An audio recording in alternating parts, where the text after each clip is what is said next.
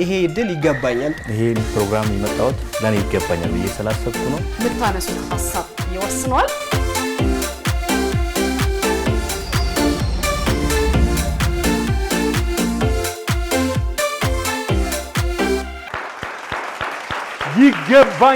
ይገባኛል ተጀምሯል።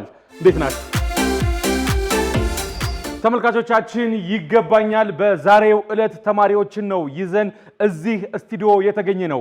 እዚህ ከጀርባዬ የምትመለከቷቸው አራቱም ተማሪዎች የ12ኛ ክፍል ተማሪዎች ናቸው። ወደ ዩኒቨርሲቲ ለመግባት ራሳቸውን እያዘጋጁ ያሉ ተማሪዎች ማለት ነው። በዛሬው የይገባኛል ውድድር እጅግ ዘመናዊ የሆነ ላፕቶፕ ኮምፒውተር ለማሸነፍ ይፋለማሉ ማለት ነው። ዝግጁ? እንዴት ናችሁ? ተመልካቾቻችን በይገባኛል ዝግጅታችን እንደሚታወቀው በሁለት ዙር ይጠናቀቃል። በዛሬው ዙር የምናገኛቸው እነዚህ አራት ተማሪዎችን እንተዋወቃቸዋለን። ከተዋወቅናቸው በኋላ ይህ ውድድር እንደተጠናቀቀ በሚቀጥለው ሳምንት ደግሞ ሌላ ሁለተኛ ዙር ውድድር ይኖራቸዋል ማለት ነው። በሁለቱ ዙር ውድድር የሚያገኙት አማካኝ ውጤት አሸናፊውን ያስለየናል። ተግባባን? ዝግጁ ናችሁ? ማንም ያሸንፈው? እሺ እንተዋወቅ መሰለኝ። እኔ ታምሩ ከፍለኝ ይባላለሁ። ስሜ ኤልፋሪዝ አይዛክ ይባላል። የመጣሁት የማነ ብርሃን ሁለተኛ ደረጃ ትምህርት ቤት ነው። የ12ኛ ክፍል ተማሪ ነኝ። ኤልፋሪዝ አይዛክ። የማነ ብርሃን የት አካባቢ ነው ያለው? የማነ ብርሃን ያለው ወይራ ሰፈር ላይ ከጦር ኃይሎች ወደ ወይራ መታችሁ ወይራ አደባባዩ ጋር የማነ ብርሃን ትምህርት ቤት አለ። እዛ ነው የሚገኘው። ገዙ የሚባሉት አስተማሪ እዛ ነበሩ? እዛ ነበር የሚያስተምሩት። በስርዓት ሱራፌል የዘፈንላቸው? በስርዓት ሱራፌል ምንድን ነበር የሚለው ዘፈኑ?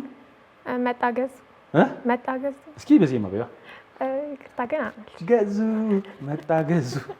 በጣም ጥሩ። ታውቂያቸዋለሽ እንዴ እሳቸው? አዎ በደንብ አስተምረውናል። 3 ዓመት ከኛ ጋር ነበሩ። በዚህ ዓመት ነው የወጡት። 12ኛ ክፍል ላይ ነው የወጡት እንጂ ነበሩ እስካሁን ድረስ። ስለዚህ አስተምረውሻል? አንቺን አስተምረውሻል? ላይክ ሂወዝ እንትን ልክ እንደ ዳይሬክተር ነገር ነው ማለት አሁን ከአስተማሪነት ከፍ ብሎ ምናምን በዛ ደረጃ ላይ ነው ያለውና ተማሪዎችን ማስተዳደር ከጸባይ ጋር በተያያዘ ምናምን ነገር ከሱ ጋር ነው እና ብዙ እንተዋወቃለን። ዘፈኑም ላይ እኮ ገዙ በጣም በር ላይ ነው የምታገኘው ብዙ ጊዜ። አንዴ ቼክ ባልተደረግሽ እና አላረጉም? በጣም ጥሩ። የማነ ብርሃን በጣም ጥሩ ትምህርት ቤት ነው ይባላል። በጣም ጥሩ ትምህርት ቤት ነው። ስለዚህ የማነ ብርሃንን ወክለሽ ነው የቆምሽው? እዚህ ጋር የማነ ብርሃን። በጣም ጥሩ። ወደ አንተ መጥቻለሁ። ማንን በል? ሰኚ ደበሎ እባላለሁ። ከጀነራል ዋቆ ጉቱ ትምህርት ቤት ነው የመጣሁት። የ12ኛ ክፍል ተማሪ ነው። ከጀነራል ዋቆ ጉቱ። ማናቸው ዋቆ ጉቱ? ጀነራል ዋቆ ጉቱ የጀግና ናቸው። ለህዝባቸው እየተፋለሙ የነበሩ ሰዎች ናቸው። እዚህ ነው የምታውቁት። የት አካባቢ ነው ትምህርት ቤቱ በስማቸው ያለው? ቤቴል አካባቢ ነው። ቤቴል አካባቢ። ቤቴል አካባቢ። አዲስ አስፋልት ላይ። ባሌ ላይ ደግሞ የኢትዮጵያ አየር መንገድ አየር ማረፊያ ሰይሞላቸዋል አይደለም? ባሌ እነሱ የተወለዱት ባሌ ላይ ስለሆነ እዚህ። በጣም ጥሩ። መጥቻለሁ። ዳናይት መንገሻ እባላለሁኝ። የረቢ ሁለተኛ ደረጃ ትምህርት ቤት የ12ኛ ክፍል ናቹራል ሳይንስ ተማሪ ነኝ። ናቹራል ሳይንስ ተማሪ ነሽ? በጣም ጥሩ። የት ነው አልሽኝ? ረቢ። ረቢ? የት አካባቢ? ካራ አየር ጤና ወለቴ። ሶስቱን ሰፈር አንድ ላይ ይዞ እነዛን አካባቢዎች የያዘ ማለት ነው። በጣም ጥሩ። መጥቻለሁ። ስሜ ቃላም ነው ሰኔ ይባላል። የመጡት ከየማነ ብርሃን የሁለተኛ ደረጃ ትምህርት ቤት ሲሆን የ12ኛ ክፍል የናቹራል ሳይንስ ተማሪ ነኝ። ከኤልፋሬዝ ጋር አንድ ትምህርት ቤት ናችሁ? አንድ ክፍል ናችሁ? አይደለም። በጣም ቀለሜ ተማሪዎች እንደሆናችሁ ሰምቻለሁ። አሁን 12ኛ ክፍል ላይ ተጨማሪ ትምህርቶችን ትማራላችሁ አይደለም? ምንድነው አንተ የምትማረው? ዌብ ዲዛይን እና ዲቨሎፕመንት። ዌብ ዲዛይነር ዲቨሎፕመንት። ዌብ ዲዛይነር ዴቨሎፕመንት። በጣም ጥሩ። በሳምንት ስንት ቀን ነው የምትማሩት እሱ? በሳምንት 5 ቀን። 5 ቀን? ሁሉንም ቀን ማለት ነው? ሁሉንም ቀን 2 ፔሪድ። 2 ፔሪድ። ስለዚህ መደበኛ ትምህርታችሁ ከተማራችሁ በኋላ ትወጡና ሌላ ጋር የምትገቡት ወይስ እዛው ነው የምትቀጥሉት? እዛው ነው የምትቀጥሉት። እዛው ክፍል? እዛው ላብ አለ፣ አይቲ ላብ አለ። ስለዚህ ወደ የራሳችሁ ላብ ትገባላችሁ ማለት ነው። በጣም ጥሩ። ስለዚህ በቅርቡ ዌብ ዲዛይነር የመሆን እድል በጣም ከፍ ያለ ነው ማለት ነው። ዩኒቨርሲቲስ ምንድን ነው መማር የምፈልገው? ሲቪል ኢንጂነር። ናቹራል ነው እየተማርክ ያለው? በጣም ጥሩ። ስለዚህ ሲቪል ኢንጂነር፣ ከዚህ ደግሞ የዌብ ዲዛይነርነቱ አለ። አገር ቀለጠ። ዳናይት ምንድን ነው የምትማሪው አንቺ? እኔ ጆርናሊዝም ነው እየተማርኩኝ ያለሁት።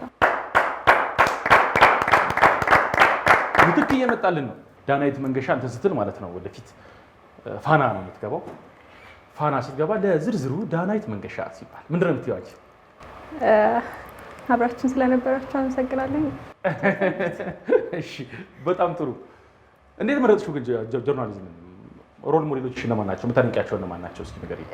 ጆርናሊዝም እንዲሁ በሮል ሞዴልነት ወይም እንደ አጠቃላይ ከልጅነት ጀምሮ ይዤ የመጣሁት ነገር አልነበረም። ነገር ግን ያው እያደኩኝ ስመጣ ነገሮችን ማስፋትና መሞከር ስለፈለኩኝ መጀመሪያ የመረጥኩት ዲፓርትመንት ስላልተስማማኝና ሌሎች ከነበሩት ዲፓርትመንቶች ደግሞ ተመችቶኝና ከኔ አቅም ጋር ሊመጣጠን ይችላል ብዬ አስቤ የነበረው ጆርናሊዝምን ስለሆነ ነው። ታዳምጫለሽ? ሬዲዮ፣ ቴሌቪዥን ትመለከቻለሽ? ቴሌቪዥን ታያለሽ? ሬዲዮስ? ሬዲዮ ብዙም አይደለሁም፣ ግን አሁን ለማጠናከር እየሞከርኩኝ ነው። በጣም ጥሩ። ሬዲዮና ቴሌቪዥን በደንብ አዳምጪ። በጣም ጥሩ።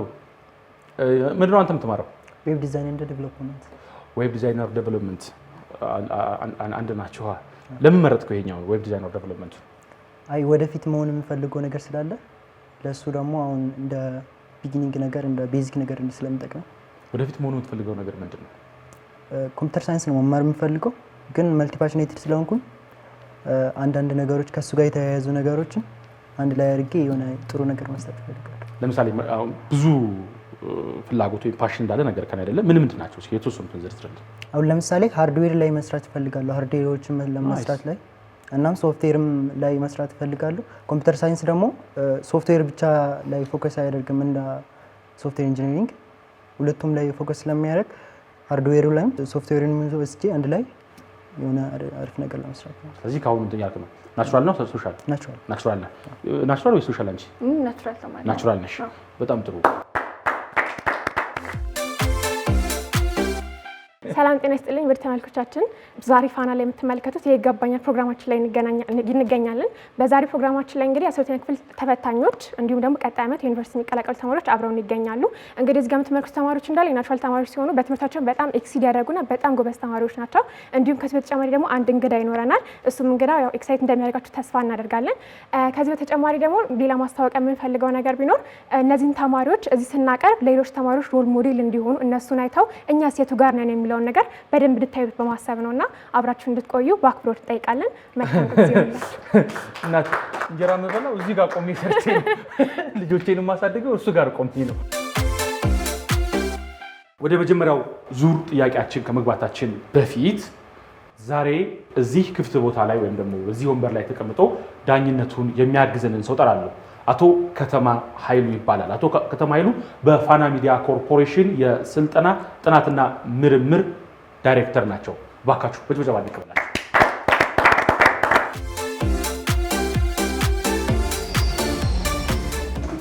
የዚህ ውድድር ላይ ዳኛ ሆኖ የተሰየመው እሱ ነው። ነገር ግን ከሱ ኋላ ደግሞ አብረውት የሚቀመጡ ሁለት የዚሁ የፋና ሚዲያ ኮርፖሬሽን የስልጠና ጥናትና ምርምር ዳይሬክተሮች ውስጥ የሚሰሩ ባልደረቦችም አሉት ማለት ነው። እነዚህ ሶስት ዳኞች የምትናገሩትን፣ የምታወሩትን፣ የምትሰሩትን ሁሉ ይመዝናሉ። የመመዘኛ መስፈርቶቹን ተጨማሪነት አሳውቃችኋለሁ ማለት ነው። እነዚህ የመመዘኛ መስፈርቶች 5 ናቸው። እናንተ በዚህ ውድድር ላይ ስትቀመጡ እነ ከተማ ሲዳኟችሁ 5 የውድድር መስፈርቶች አሏቸው። የመጀመሪያው የሐሳብ አሳማኝነትና የሐሳባችሁ ገዥነት ነው። ሁለተኛው ሙሉ አቅምን ሰጥቶ መከራከር ነው። ሶስተኛው አዝናኝነት ነው። አራተኛው የሰዓት አጠቃቀምና የተፎካካሪን ሐሳብ ማክበር ነው። አምስተኛው የሚቀርቡላችሁን ጥያቄዎች በአግባቡ መመለስና እናንተም የመጠየቅ እድል ሲሰጣችሁ በአግባቡ መጠየቅ ነው። በእነዚህ 5 መስፈርቶች የምትዳኙ ይሆናል ማለት ነው። እነዚህን 5 መስፈርቶች እያንዳንዳቸው ከ20 ይዙና ከመቶ ሶስቱም ዳኞቻችን ከመቶ ይዛሉ። የሶስቱ ዳኞች ኮሙሌቲቭ ወይም ደግሞ አማካኝ የዚህን የዛሬውን ውድድር ይዳኛል ማለት ነው። በጣም ጥሩ። ከተማ በሂደቱ ላይ ማንሳት የምትፈልገው ነገር ካለ እድል እሰጣለሁ። ሀሳብ የሚያሸንፍበት ውድድር ነው። እናንተ ደግሞ በትክክለኛው እድሜ ላይ በትክክለኛው መንገድ ላይ ያላችሁ፣ ስለዚህ ሀሳባችሁ ያሸንፋል የሚለውን ነገር የምታረጋግጡበት እድልና መድረክ ነው ማለት ነው። ስለዚህ በዚህ አጋጣሚ ሀሳባችሁን ለመግለጽ፣ ለማቅረብ፣ ለሰው ለማስተላለፍ ወርቃማ የሆነ እድል ስላላችሁ በደንብ ከጓደኞቻችሁ ጋር ከሚሰሟችሁ ጋር ቤታቸውም ሆነው ከሚያዳምጧችሁ ጋር ሀሳባችሁን በደንብ መሸጥ የምትለማመዱበት መድረክ ነውና ስለዚህ ሳትፈሩ በየትኛው መንገድ ውስጣችሁ ያለውን ዕውቀት ሀሳብ በደንብ አብራርታችሁ ማቅረብ መቻል አለባችሁ። ይሄ ለእናንተ የተዘጋጀ መድረክ ነውና ይሄን እድላችሁን እንድትጠቀሙ ነው። ዋናው ነገር ሀሳብ ያሸንፋል የሚለውን ነገር የምናይበት መድረክ ነውና ይሄን ማስተላለፍ ፈልጋለሁ።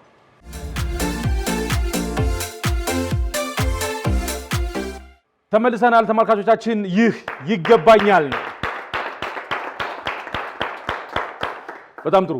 አጠቃላይ ሂደቶቹን ሰምታችኋቸዋል። መጠየቅ የምትፈልጉት ማንሳት የምትፈልጉት ነገር አለ? ያልገባችሁ ቅር ያላችሁ የለም? በጣም ጥሩ። ወደ መጀመሪያው ዙር ጥያቄ ሊሸጋገር ነው። ከዚህ በፊት ከተማና ሁለት ባልደረቦቹ ከሚሰጧቸው ነጥብ በተጨማሪ 5 የቦነስ ነጥብ አለ። ከማን ነው የምንጀምረው? የመጀመሪያው ጥያቄ ለመመለስ ዝግጁ ማን ነው? ኤልፋሬዝ 1 ነጥብ ስትችላለህ። በደንብ አመሰግናለሁ። እሺ፣ በጣም ጥሩ። ብዙዎች ጎበዝ ተማሪ መሆን የተፈጥሮ ስጦታ ነው ይላሉ። አንቺ በዚህ ትስማሚያለሽ ወይንስ በልምድ የሚመጣ ነው ትያለሽ? የትኛው ሀሳብ ደጋፊ ነሽ? እሺ እኔ ብዬ ማስበው ማለት ወይም ደግሞ እኔ ከመጣሁበት መንገድ ያየሁት ነገር እውቀት የሚመጣ ወይም ደግሞ ይሄ በታለንት ወይም ደግሞ በእነዚህ ነገሮች ሳይሆን በልምድ የሚመጣ ነገር ነው። ይሄን ያልኩበት ምክንያት ምንድነው? እኔ ልክ ኬጂ እየነበርኩ ያለ አንደኛ ክፍል እየነበርኩ ያለ ይሄን ያህል ፖቴንሻል አልነበረም። አሁን ያለኝ አቅም አልነበረኝም። እንዲሁም ከክላስ ምናምን ነገር ላይ ከግማሽ ራሱ በታች ምናምን መውጣበት ጊዜዎች ነበሩ። ምናምን ያን ያህል ጎበዝ አልነበርኩም። ምናምን አፍሶ ከትምህርት ቤት ወደ ትምህርት ቤት ምናምን ነገር ስቀየር ምናምን ነገር በቃ ሌሎች ተማሪዎች ሳይ ምናምን ነገር በጣም ነበር ውስጥ እንትን የሚለው ማለት ነው። ከዛ ግን እያየው ሌላ ሰው ጋር ኮምፒቲሽን ከሌላ ሰው ጋር እንዳልሆነ ውድድሬ ከሌላ ሰው ጋር እንዳልሆነ ግን ከራሴ ጋር መሆኑን ስረዳ ቀስ በቀስ አንድ ባንድ ስቴፕ በስቴፕ እየወሰድኩኝ መጀመሪያ ሰውጣኝ ነበር 5ኛ 4ኛ ነበር። ከዛ ቀስ በቀስ እያየሁ ደግሞ ኦኬ እንደዚህ ባረግ እንደዚህ ሆነ ሻሻሻ ያልኩኝ አንድ ዋን አስተካከልኩ ማለት። ስለዚህ በዚህ ጉዳይ ላይ አንድ የምረዳው ነገር ምንድነው ወይም ሌሎች ሰዎችም ላስተላልፍ የምችለው ነገር ምንድነው በልምድ የሚመጣ ነገር ነው። በልምድ የሚሆን ነገር አለ ማለት በሳም ሶሪ ቱ ሴይ በይሄን ፈጣሪ ታለንት ምናምን ነገር ሰጥቶ ምናምን ነገር አይደለም። በቃ ስሩ ታይም ያሳደግነው ነገር ነው። ለምሳሌ እንደ ምሳሌ አድርጌ ውጤቴን መናገር እችላለሁ። እዚህ ጋር ራሱ ማሳየት እችላለሁ። ለምሳሌ 5-6 ምናምን ነገር እያለው ወደ 86-80 ምናምን ውጤቴ ከዛ እያደኩ ሲመጣ 90 ቤት ገባ። ከዛ ማትሪክ ላይ ስገባ ደግሞ ወደ 95-98 ምናምን ነገር ከፍ አለ። ከዛ ልክ ሃይ ስኩል ስገባ ደግሞ በዛው ግራጁዋል ዴቨሎፕመንት ወይም ደግሞ እያደገ መጣ ማለት ነው።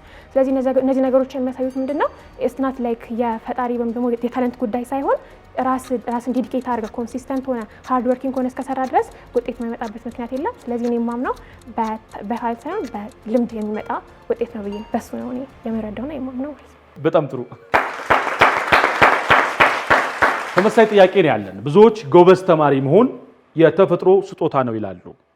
እናንተ በዚህ ተስማማላችሁ ወይንስ ጎበዝ ተማሪነት በልምምድ የሚመጣ ነው ትላላችሁ? ሁለተኛው መላሽ ማን ነው የሚሆነው? አመሰግናለሁ። መጥቻለሁ።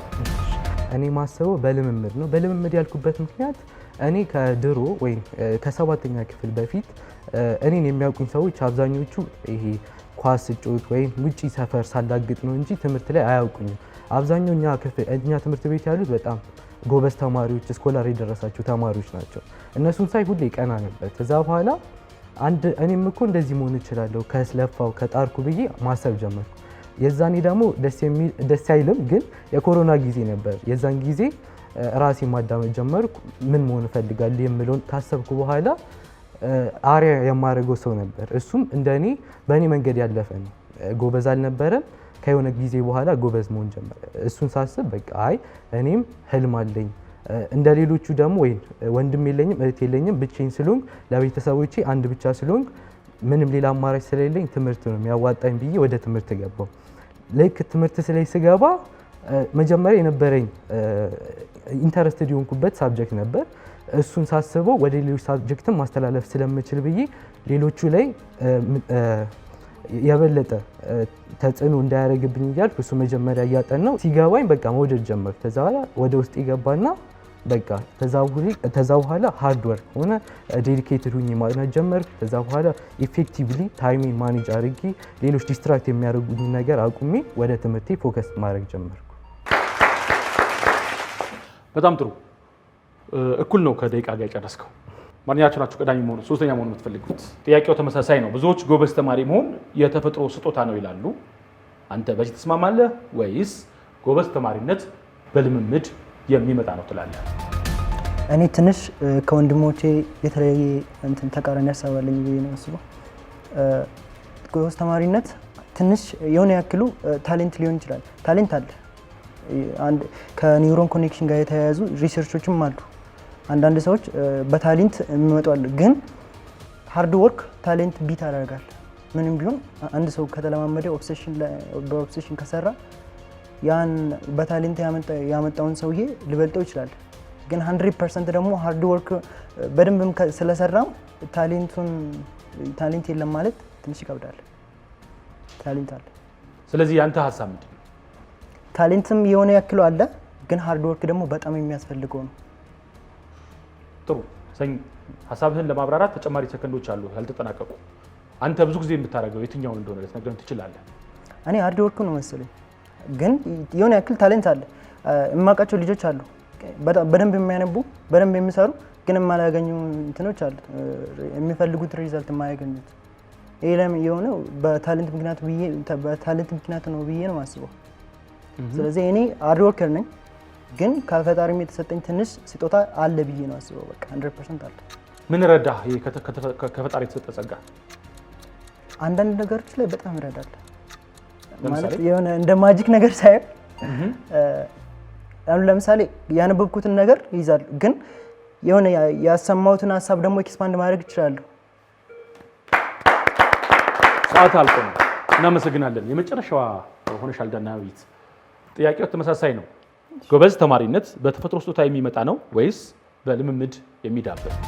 እኔ እንደማስበው ከሆነ በዓለም ላይ ያለ ፍጡር በሙሉ የሰው ልጅ በሙሉ ለመማር ታለንቱ ወይም ደግሞ ስጦታው ተሰጥቶት ነው የተወለደው ብዬ አስባለሁ። ምክንያቱም አሁን ላይ እኔ እዚህ ጋር ቆሜ ሳወራ ያንን ነገር ተምሬው ነው። በትምህርትም ጋር ስናመጣው ልክ እንደዚሁ ነው። እንድንማር ተሰጥቶን እየተፈጠር ነው። ነገር ግን ምርጫችን ነው የሚወስነን ማለት ነው።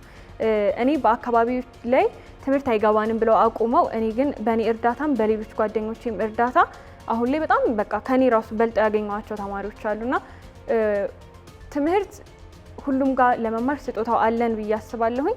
ግን ደግሞ ያ አለን ብለን ደግሞ ቁጭ ብለን ነገ ፈተና ሆኜ ዛሬ ሳላነብ ሄጄ ጥያቄውና እኔ ተፋጠን እንቀራለን እንጂ አይሆንም። ታለንት አለኝ ብዬ ብቀመጥ ማለት ነው። ስለዚህ መስራት ያስፈልጋል። ነገር ግን ታለንት ደግሞ ለሁሉም ተሰጥቷል። ሁላችንም ታለንት አለን። ሲቀጥል ደግሞ ስለ አንድ ነገር ፓሽኔትና ዲሲፕሊንድ መሆን ክሊር ጎል እስካለን ድረስ አንድ ነገር መማር ስለፈለግን ብቻ መማር እንችላለን። ኢንተረስት፣ ፓሽን፣ ዲሲፕሊን በጣም አስፈላጊ ነገር ናቸው። ሲቀጥል ደግሞ ሳክሪፋይስ በአካባቢያችን ላይ አሴ ቲኔጀር ደግሞ ስናየው ፒር ፕሬዠሮች አሉ፣ ብዙ ነገሮች የሚያጓጉ ነገሮች አሉ። እነሱ ነገር ተቋቁሞ ሳክሪፋይስ አድርገን ያው ደስታውን ምናምን ሳክሪፋይስ አድርገን ነው የምንመጣው። እሱን ነገር ሳክሪፋይስ አድርገን መማር እንችላለን ብዬ አስባለሁ። ሁሉም ሰው ምርጫው ነው እንጂ ሁሉም ስጦታው አለው ብዬ አስባለሁ። ተመልካቾቻችን ይህ ይገባኛል ነው። በዛሬው የይገባኛል ዝግጅታችን 4 ከተለያዩ ትምህርት ቤቶች የመጡ የ12ኛ ክፍል ተማሪዎችን ይዘን ነው እዚህ ስቱዲዮ የመጣ ነው። እነዚህ ተማሪዎቻችን ትምህርት ነክ በሆኑ ጉዳዮች ላይ ተከራክረው አሸናፊ የሆነው እጅግ ዘመናዊ የሆነ ላፕቶፕ ኮምፒውተር ተሸላሚ ይሆናል ማለት ነው። ካንተ ነው የምንጀምረው። በትምህርት ውጤታማ እንድትሆን የገፋፋህ ዋናው ምክንያትህ ምንድን ነው? 90 ሰከንድ አለ። ትምህርት ላይ በዋነኝነት ድሮ ህልሜ ትምህርት ላይ እንኳን አልነበረም። ወይም ወደ ኳስ ወይም ወደ የሆነ ነገር ነበር መሄድ የማስበው የነበረው። ከዛ በኋላ አንድ ሳይንቲስት አየው፣ አልበርት አይንስታይን ነው። እሱ ሃርድ ወርክን አለው። ኦልሶ ደግሞ ምንድነው ይሄ ሰው ያለውን አያምንም። ይሄ ማለት ከሰው አላማ ውጪ ነው የሚሄድ ኦር የራሱን አላማ ነው የሚከተለው። ስለዚህ አይ እኔም እኮ እንደዚህ አይነት አላማ ነበረኝ። እኔ ድሮ በቃ ይሄ ነገር ይሳካል ብዬ አስባለሁ፣ ግን ይሳካል ብዬ ስለማላስብ ቶሎ ነበር ማቆሙ። ግን እሱን ካየሁት በኋላ አይ በዚህ ነገር እንኳን ብሄድ መቀጠል እችላለሁ ብዬ በእሱን ሳስብ ጥሩ ደረጃ እንደምደርስ ስለገባኝ እሱ በቃ ሁልጊዜ ሞቲቬትድ ስለሚያደርገኝ በእሱ አርአያ ነው ብዬ አስባለሁ። ስለዚህ ሞቲቬሽን የጀመረው ከዛ ነው ማለት ነው። ከዛ ነው። ከዛ በኋላ ደግሞ አርአያ ማድረጋቸውም ፊልም ላይ የማያቸው አክተሮች አሉ። እነሱን ሳያቸው ዴዲኬትድ ያደርገኛል። ሃርድ ወርክ ምን ያክል ፔይ እንደሚያደርገኝ ሳስብ እሱ ዋናው ሞቲቬት ያደርገኛል ማለት ነው። ለምሳሌ የምትነግረን ታሪክ አለ?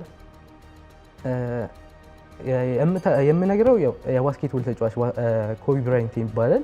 እሱ በዋነኝነት መጀመሪያ ላይ አረገንት የሆነ ሰው ነበር፣ ግን ከዛ በኋላ ሃርድ ወርክ ግን ከሰራ ማንም ሰው ቢያየኝም ባያየኝም ምንም ችግር የለውም። እኔ ብቻ ሁሉ ነገር ሳክሪፋይስ አድርጌ ከሰራው ጥሩ ነገር ደረጃ እደርሳለሁ ብሎ ስላሰበ ጥሩ ደረጃ ላይ ደረሰ። እሱ በጣም ሞቲቬት ያደርገኛል ማለት ነው። በጣም ጥሩ። አንቺ ጋር ነኝ።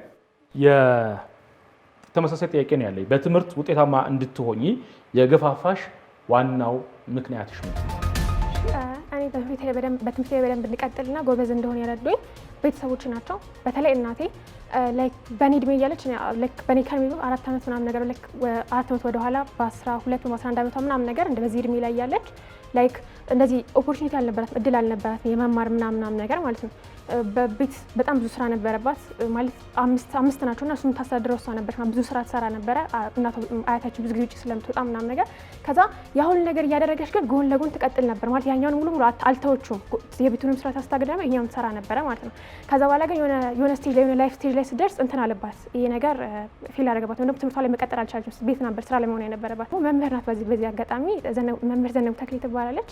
ከዛ በኋላ እንደዚህ የሰራች እያለ ዲፕሎማ ላይ ያለች እዛው እያለች እኛ ሁለት እህትና እህት ያለች እያስተማረችን ምናምን ነገር እዛ ላይ ዲግሪ ጨመረችበት፣ እዛ ላይ ማስተርስ ጨመረችበት እና ከዛ ከትንሽ ከኬጂ ነበር ታስተምረው እያደገች ግራጁዋል ቼንጅ ያደረገች ሃይስኩል ድረስ ነው። አሁን ሃይስኩል ነው ታስተምረው ምናምን ነገር።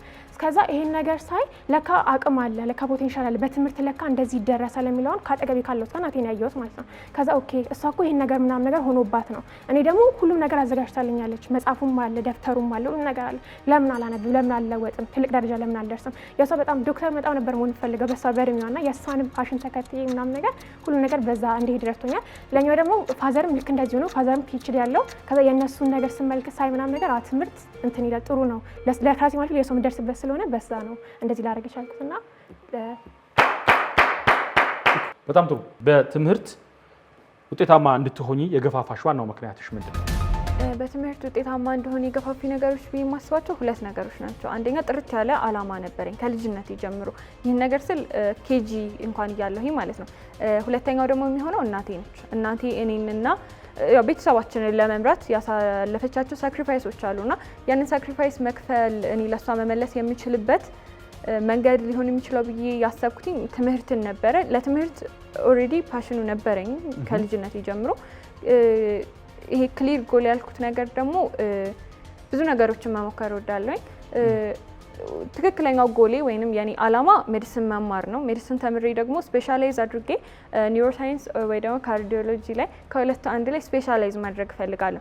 ሞር ካርዲዮሎጂ ላይ ስፔሻላይዝ ባደርግ በሀገራችን ላይ እንደምናየው የልብ ታካሚዎች ብዙ ጊዜ ወደ ውጭ እየወጡ ነው የሚታከሙት። በሎው ኮስት ሀገሬ ላይ መጥቼ እኔ እዚህ ጋር ዶክተር ፈለቀ አግባር ይህንን ነገር እያደረገ ይገኛል። አሁን ላይ የእሱን መሬት ተከትዬ እኔም ሀገሬ ላይ በሎው ኮስታቸው ቀንሶ በተጠቃሚ እንዲሆኑ ጥርት ያለ ስራ ሰርቼ ሀገሬ ላይ ያሉ ሰዎች ህፃናት በተለይ ጤነኛ እንዲሆኑ እፈልጋለሁኝ። እናቴም እሷንም ማኩራት እፈልጋለሁኝ። እንዳጠቃላይ የቤተሰቤ ኩራት መሆን እፈልጋለሁ። ሶስተኛ ሊጨምርና ሴትነቴ ምንድነው?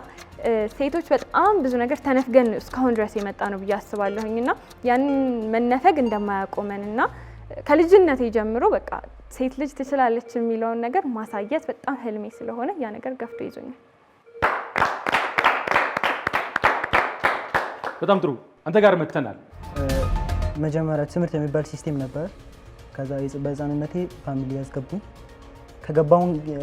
ገብቼ ትንሽ ከቆየሁም በኋላ ራሴን እየተረዳሁት ስመጣ ግን ብዙ ምክንያቶችን መረዳት ነበርብኝ በዛ ለመቀጠል። ከነዛው አንዱ ኢንትረስት ነው፣ ፍላጎት። የትምህርት ፍላጎት ካለኝ ለምን እገላለሁ? ውስጤ ላይ ያለውን ነገር በቃ መማር አለብኝ። ሌላው ኢንቫይሮንሜንታል ኢፌክት አለ። ሰፈሮች የነበሩ ልጆች፣ ቤተሰቦች ውስጥ ያሉ ሰዎች በጣም ጎበዝ ተማሪዎች ስለነበሩ እነሱን አይቼ በቃ እንደነሱ መሆን አለብኝ ምናምንም አለ። ግን እኔ የምፈልገው ወደፊት ለመሆን የምፈልገው እንደተናገርኩት ኮምፒውተር ሳይንስ ነው መማር የምፈልገው። ኮምፒውተር ሳይንስ እንድማር ደግሞ ያነሳሳኝ ጄንሰን የሚባል የኢንቪዲያ እንትን አለ ሲኦ ጄንሰን በቃ ወርክ ኢቲክሱ እና እየሰራ ያለው ነገር በጣም የተለየ ሰው። ስለዚህ እንደሱ መሆን እፈልጋለሁ። እሱ ደግሞ በጣም ሃርድ ወርከር ነው። በጣም ብዙ ነገሮች ይሰራል። ሀገራችን ላይ ደግሞ እንደዛ አይነት ሰው ነው የሚያስፈልግኝ። በአሁኑ ሰዓት ላይ ኮምፒቲሽኑ በጣም ከባድ ነው፣ ቴክኖሎጂ ላይ ያለው ነገር። ስለዚህ እኛ ደግሞ ከሌላ ሀገር የመጡትን ነገሮችን ገጣጥመን የሆነ ነገር መስራት ቴክኖሎጂ ይባላል ብዬ አላስብም። ግን እኛ ሮው ማቴሪያሎች ለምሳሌ አሁን ቺፕስ አይነት ነገር ማቴሪያሎች አሉ። ሀገራችን በዚህ የበለጸገች ነች። ግን እንደሱ አይነት እሺ ተመልካቾቻችን ይህ ይገባኛል ነው። በይገባኛል ሁላችሁም እዚህ እንድትመጡ እንፈልጋለን። ስትመጡ ሀሳብ ይዛችሁ ትመጣላችሁ። በሀሳብ ትከራከራላችሁ፣ በሀሳብ ትነጋገራላችሁ። አሸናፊ የሆነው ይሸለማል። በጣም ጥሩ። ወደ ሶስተኛው ዙር ጥያቄ ልሂድ ወይስ የምትነግሩኛል በዚህ መሃል?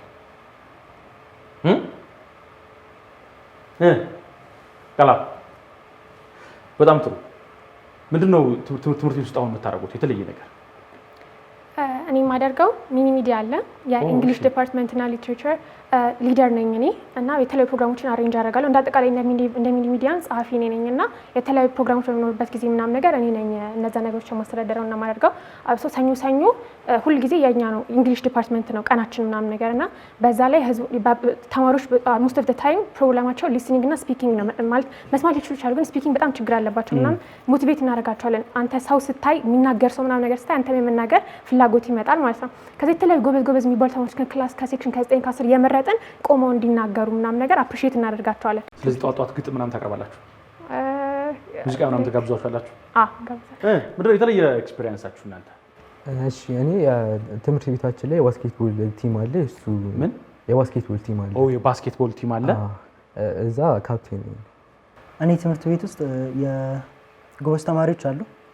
ማለት በቃ ትምህርት የሚፈልጉት ጎበዝ ተማሪነት አንደኛ ሁለተኛ ማምጣት ብቻ ሳይሆን ትምህርት የሚፈልጉት ትምህርት ላይ እየሰሩ ያሉት ልጆች አሉ።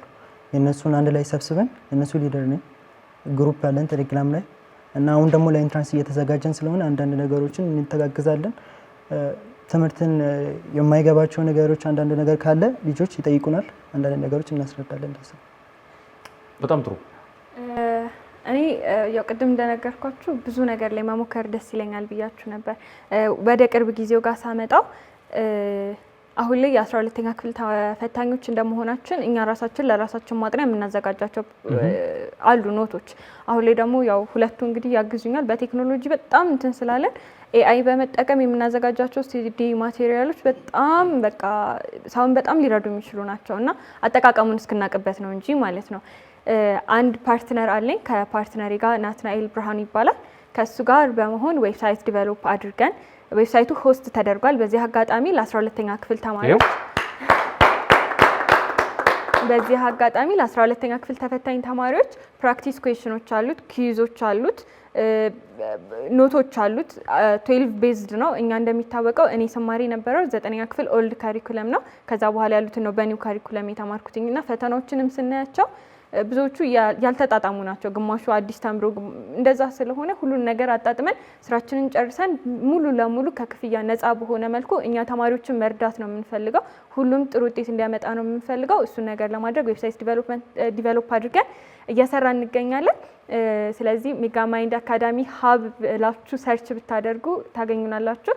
ከዛ በተጨማሪ እየሰራ ያለው በድጋሚ ንገሪያቸው ምንድነው? ሜጋ ማይንድ አካዳሚ ሀብን ስትጽፉ HUB ነው። እዛ ላይ ጉግል ክሮም ላይ ሰርች አድርጋችሁ መመዝገብ ትችላላችሁ። የእድሉም ተጠቃሚ መሆን ትችላላችሁ። ሜጋ ማይንድ ሀብ ሜጋ ማይንድ አካዳሚ ሀብ ሜጋ ማይንድ አካዳሚ ሀብ። በጣም ጥሩ። በየቤታችሁ ሆናችሁ ይህንን ፕሮግራም የምትከታተሉ በሙሉ ከዚህ ስር እንጽፍላችኋለን። ሜጋ ማይንድ አካዳሚ ሀብ እዚህ ላይ ጆይን ታደርጓቸው ትችላላችሁ ማለት ነው። ትልልቆቹ ዌብሳይቶች፣ ትልልቆቹ ሶሻል ሚዲያዎች ተማሪ ቤት ነው የተመሰረቱት አይደለ? እነ ማርክ ዙከርበርግ ፌስቡክን ገና ትምህርት ቤት ሳሉ ነው የጀመሩት። በእንደዚህ አይነት አማራጭ ነገ የት እንደምንደርስ አይታወቅም። እናጨበጭባለን። ተመልካቾቻችን ይህ ይገባኛል ነው። በይገባኛል ሁላችሁም እዚህ እንድትመጡ እንፈልጋለን። ስትመጡ ሀሳብ ይዛችሁ ትመጣላችሁ። በሀሳብ ትጨቃጨቃላችሁ፣ በሀሳብ ትከራከራላችሁ። አሸናፊ የሆነውን ሸልመን ወደ ቤቱ እንልከዋለን ማለት ነው። ለሶስተኛው ዙር ጥያቄ ዝግጁ? በትምህርት ጠንክሮ መስራትና ብልህ ሆኖ መስራት ለእናንተ ምን ማለት ነው? በምሳሌስ ልታስረዱን ትችላላችሁ? 90 ሰከንድ አላችሁ። ጠንክሮ መስራት የሚለውን ነገር ማስረዳት የምፈልገው ዲሲፕሊን የሚለውን ነገር አመጣዋለሁ እዚህ ጋር ማለት ነው። ያ ማለት እኔ አሁን አንድ ቀን ሳላጠና እንዲያልፈኝ አልፈልግም። ምክንያቱም ዛሬ ተማርኳት ሌሰን ዛሬን ካመለጠችኝ ነገ ላይ ደብል ነው የሚሆነው።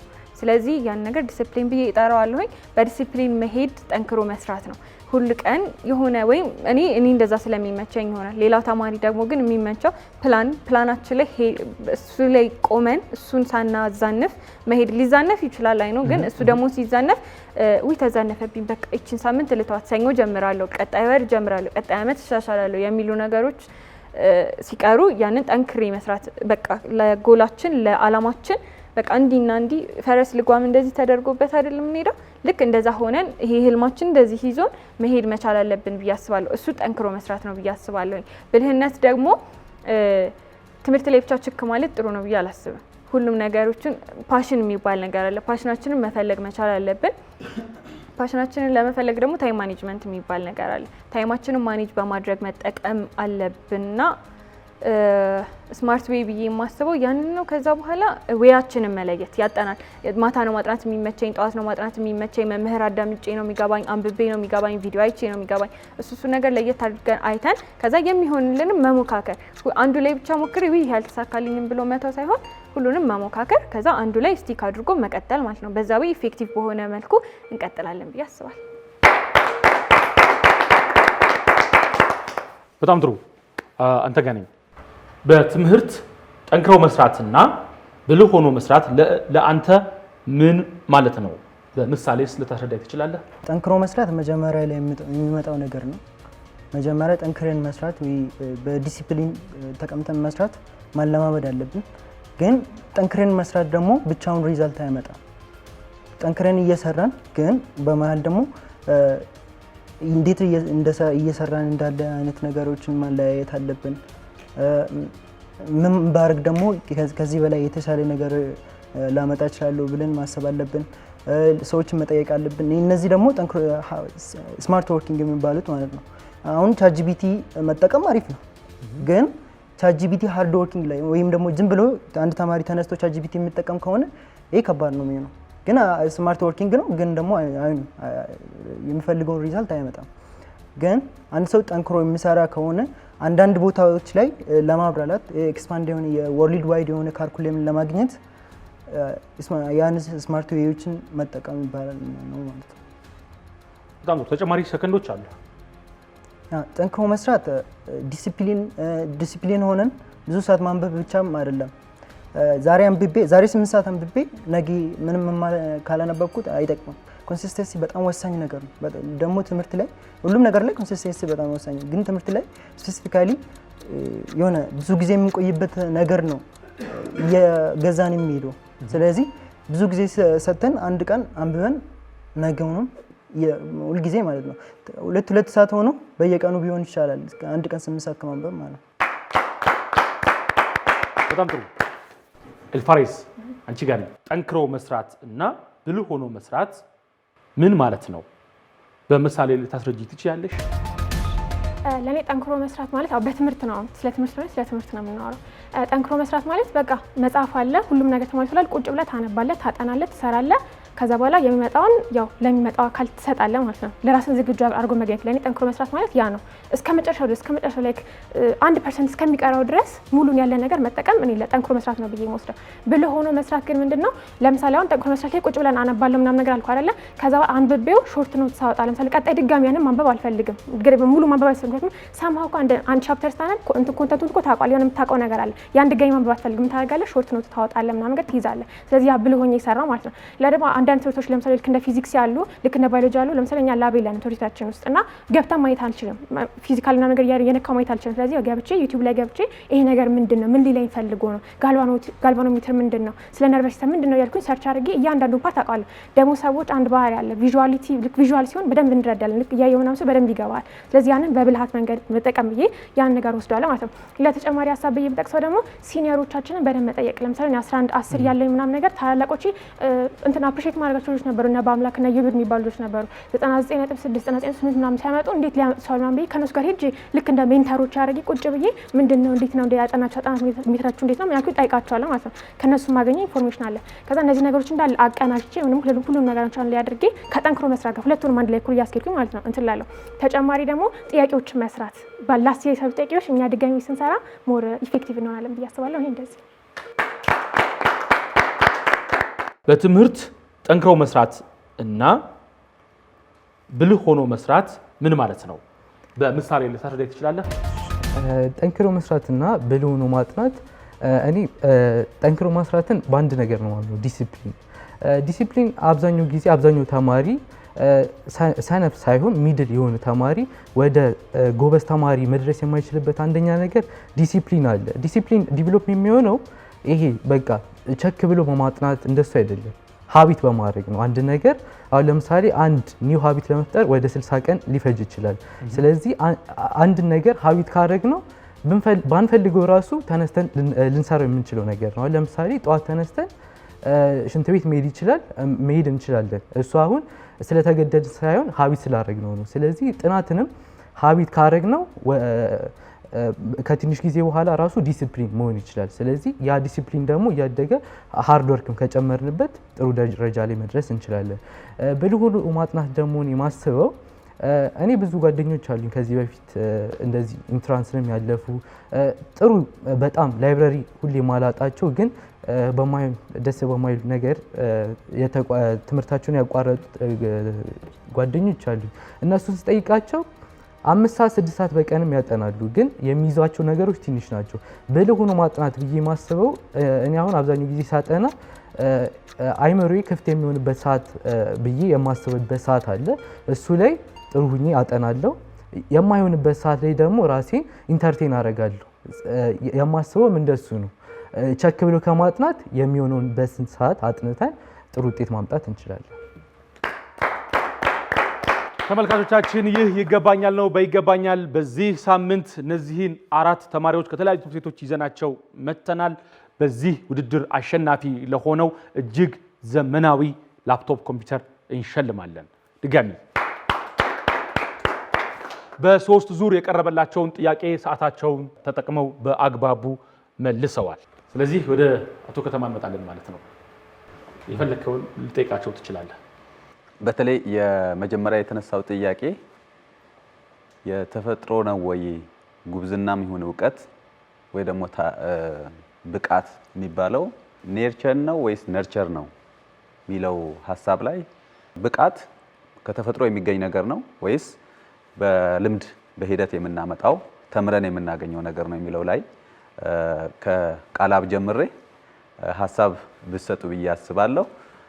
ሁለት ሰዎች ከዚህ ውስጥ ሁለታችሁ ብቻ ሁለቱም ነው አስፈላጊ ነው ብላችሁ ነው የተነሳችሁት። ሁለቱ ግን ሞር ወደ 90% አካባቢ ያለው በትምህርትና በልምድ የምናገኘው ነው የሚል ሀሳብ ላይ ቆማችኋልና ከሁለታችሁ በተለይ ቃላብ በልምድ ብቻ ነው ከሚሉት በተለይ ከዛ አካባቢ ነው የሚያዘነብለው ከሚሉት ውስጥ ስለሆን እዚህ ላይ በደንብ ማጠናከሪያ መስጠት አለብህ። የኔቸርን ሮል እኔ ሁለቱንም ያልኩት መጀመሪያ ላይ የሆነ ደስ የሚለኝ ሳብጀክት ስላለ በሱ ተመርኩዤ ነው ሌሎቹም ደስ እንዲለኝ ያደረኩት። ስለዚህ የሆነ ውስጥ የነበረ ነገር አለ። ስለዚህ ሁለቱንም ነው እኔ ሀሳብ 90% ሃርድ ወርክ ሆኖ ወደ 10% የሆነ ፓሽኔት የሚያደርግ የሆነ ትምህርት ሊኖር ይችላል። ኦኬ ልቀጥል ሀሳቤ? አዎ ቀጥል ይችላል። ስለዚህ የሆነ ደስ የሚላቸው ትምህርት አለ። አብዛኛው ተማሪዎች ትምህርት እንኳን ሊጠሉበት የሚችሉበት ምክንያት የሚወዱትን ትምህርት እየወደዱት ሌላውን ግን ደስ የማይላቸውን ትምህርት እሱ ላይ ሙሉ ሰዓታቸውን ዴዲኬት አድርገው እየሰሩ ስለሆነ መጨረሻ ላይ ጥሩ ደረጃ ላይ ለማይደርሱበት ምክንያት አንደኛው እሱ ብዬ አስባለሁ። እኔ ግን ከማትስም በተጨማሪ ብዙም የማልወዳቸው ትምህርቶች ነበሩ። ግን በማትስ አድርጌ ምንድነው ፊዚክስ ላይ ቁጥሮች አሉ፣ እሱ ላይ ማግኘት እችላለሁ፣ ሌሎችም ላይ ማግኘት እችላለሁ። ሌሎቹም ከነሱ ጋር ኮኦርዲኔት አድርጌ መስራት ማጥናት ከቻል እዚህ ላይ እኮ ጥሩ ደረጃ ላይ መምጣት እችላለሁ ብዬ ስላሰብኩ ነው በሱ ደረጃ ሄድኩት። እሺ በጣም ጥሩ። እስቲ ይሄን ጥያቄ ዳናይ። እኔ ያልኩት የነበረው ሰው እንደ ተፈጥሮ የመማር ስጦታ ተሰጥቶታል ብዬ ነው የማስበው ነው ያልኩት። ግን ያ የመማር ስጦታ ደግሞ ካልሰራንበት ዜሮ ነው። ስለዚህ ስጦታችን ይቀራል። በአጭሩ ስመልስ ለእኔ 90% ባደለውም አትሊስት 75% ግን ሃርድ ወርክ ይወስነዋል። ሃርድ ወርክ ስንል ያው ስማርት ዌይንም ተጠቅመን ማለት ነው። እሱ ይወስነዋል። ተሰጥኦ ደግሞ 25% ያስፈልገዋል። እሺ በጣም ጥሩ ሰኝ እኔ የማምነው ወደ 20% ስጦታ ነው ብዬ ነው ትምህርት የማያዝ ላይ ማለት ነው። በተለይ ሚሞሪ ጋር የተያያዘ ነገር ከጂን የመጣ ነገር ሊኖር ይችላል፣ ከፋሚሊ የወረስነው ነገር ማለት ነው። ግን ሃርድ ወርክ ደግሞ በጣም የሚያስፈልገው ነው። ሃርድ ወርክ ብቻም ሳይሆን ኢንቫይሮንመንቱም ኢፌክት ያደርጋል። ኢንቫይሮንመንቱም ኢፌክት ያደርጋል በጣም ለምሳሌ በ16000 ዘመን ውስጥ የነበሩት እና በአሁን 21ኛ ሴንቸሪ ላይ የነበሩት ያሉት አንድ እንትን የላቸውም። ምክንያቱም ኢንቫይሮንመንቱን ኢፌክት ያደርጋል። ይህንን ብቻ ሳይሆን የአዲስ አበባ ልጆችና የገጠር አካባቢ ያሉት ልጆች አንድ አይነት አስተሳሰብ የላቸውም። ትምህርት ላይም ቢሆን የሆነ ነገር ላይም ግን 100% ሃርድ ወርክ ብቻ ትምህርት ላይ እንትን ያመጣል ብዬ አላስብም። የሆነ ያክል ፐርሰንቱ ተፈጥሮም አለ፣ የሆነ ያክሉ ደግሞ ሃርድ ወርክ ነው። የሆነ ያክሉ ደግሞ ኢንቫይሮንመንቱን ኢፌክት የሚያደርገው ላይ አለ ኢንትረስት ምናምን አለ። ተመሳሳይ ጥያቄ ለአልፋሬዝ የመጨረሻ ስቲራክተር ነው። እሺ እኔ አሁን በተሰጠው ጥያቄ የምሰጠው ምላሽ የሚሆነው በደንብ ማምነው እኔ በልምድ ነው ወይም ደግሞ ራሳችን ቁጭ ብለን ባጠና ነው ባነባ ነው በሰራ ነው ብዬ ማምነው። ግን ደግሞ ታለንትም እንዳለው ወይም ደግሞ ታለንት እኮ እኛ ትርጉሙን የሰጠንበት ነው እንጂ ታለንት ማለት ወይ በፍላጎት እንቀይረው ቃሉና ፍላጎትና እንትንን ብለን እንውሰደው። ፍላጎት ከሆነ ላይክ ሁሉም ሰው አንደኛ መውጣት ይፈልጋል አይደል? ሁሉም ሰው የበላይ ሆነ ወይም ደግሞ ከአንድ እስከ 3 ደረጃ ምናምን ቤተሰብ ደስ ብሎ ምናምን ነገር ይላል። ያ ፍላጎት አንስታ ምን ልትከተል የምችለው ልምድ ውስጥ የምትከተል የምችለው ማለት ነው። ሶ ምንድነው ላይ የምችለው አንደኛ ታለንት ካለ ታለንት ያስፈልጋል። ከዛ ሴም ታይም ግን ብዙ ፖርሽን የሚይዘው ብዙ ቦታ የሚይዘው ይሄ በልምድ በምንሰራቸው ሰዎች ወይም ደግሞ አሁንም በምንሰራው ዴዲኬት አድርገን በምንሰራው በምናጠናው በምንሰራው ነገር ነው ይወሰናል ብዬ ነው ማለት ነው። ይሄ እንደ ምሳሌ አድርጌ የምወስደው እኛ ክላስ ተማሪዎች አሉ። ብዙ ጊዜ ከክፍለ ሀገር የመጡ ተማሪዎች የመንግስት ተማሪ ስለሆነ በነጻ ስለሆነ እዚህ የሚማሩ ተማሪዎች አሉ። ልክ ሲመጡ ምናምን በደንብ ለማስተዋል ከአራት ዓመት በፊት ነበር የምናውቃቸው ምናምን ነገር ማለት ነው። ውስጣቸው እንትኑ አለ፣ ፍላጎቱ አለ፣ ታለንቱ አለ ምናምን ነገር የመናገር አቅም አላቸው ምናምን ነገር ግን እንትኑ ጋር ሲመጣ ትምህርቱ ጋር ሲመጣ ግን ትንሽ ይከብዳቸው ነበረ። ከዛ ምን አደረጉ? ይሄኛውንም ያዙት፣ ፍላጎቱ እንዳላቸው አውቀው ምንም ታለንታቸውን ያዙት። መናገር ለጎ በዚህ ተማሪዎች ነው ጆርናሊዝም ተማሪ አብረን የምንማራቸው ተማሪዎች አሉ። ሰምሃው አክሰንታቸው እኮ ይዛቸዋል እኮ ግን ትምህርቱንም አብረው ያካሂዳሉ። በተመሳሳይ ሁኔታ ደግሞ ይሄኛውንም ያላቸውን የታለንት ወይም ደግሞ ፍቅር የጆርናሊዝም ያላቸውን ፍቅርም ደግሞ አንድ ላይ ጎን ለጎን እያደረጉ እየሰሩ ጥሩ ደረጃ ላይ ደርሱ ተማሪዎች አውቃለሁ ማለት ነው። እንደውም እዚህ አዲስ አበባ ካሉ ተማሪዎች ይልቅ እንደውም አውቃለሁ ከአራት ዓመት በፊት ነው የመጣችው። አሁን 4ኛና 5ኛ የምትወጣ ልጅ ተማሪ አለች። መጀመሪያ ስትመጣ በጣም ነበር የሚከብዳት ሁሉም ነገር ኢትስ ቬሪ ሃርድ። ግን ምን ነበራት? ታለንት ነበራት፣ ውስጧ የነበረ ፓሽን ነበረ። ከትምህርቱ ጋር ሙሉ በሙሉ ትሰጣለች። ረፍት እንኳን ጊዜ ላይ ታነባ ትጠናለች ምናምን ነገር ይኸው ውጤቱ በዚህ ማለት ይችላል። ስለዚህ ሁለቱም ያስፈልጋል፣ ግን በደንብ ስራው ላይ ስንት ፐርሰንት ያለሽ? እስቲ ምንድን 10-90 እሺ ተመልካቾቻችን ይገባኛል የዚህ ሳምንት ጥያቄዎቻችንን ጨርሰናል። የቀረን ውጤት ማወቅ ብቻ ነው። ለውጤቱ ዳኞች ውጤታቸውን ሲሰሩ ከደቂቃዎች እንሰጣቸውና ከአፍታ በኋላ ተመልሰን እንገናኛለን። መልካም እድል።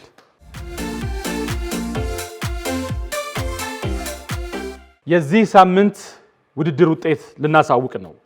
የዚህ ሳምንት የውድድር ውጤት ማለት ይገባኛሉ ነው ወይም ደግሞ የውድድሩን አጠቃላይ አሸናፊ የሚያሳውቅ አይደለም።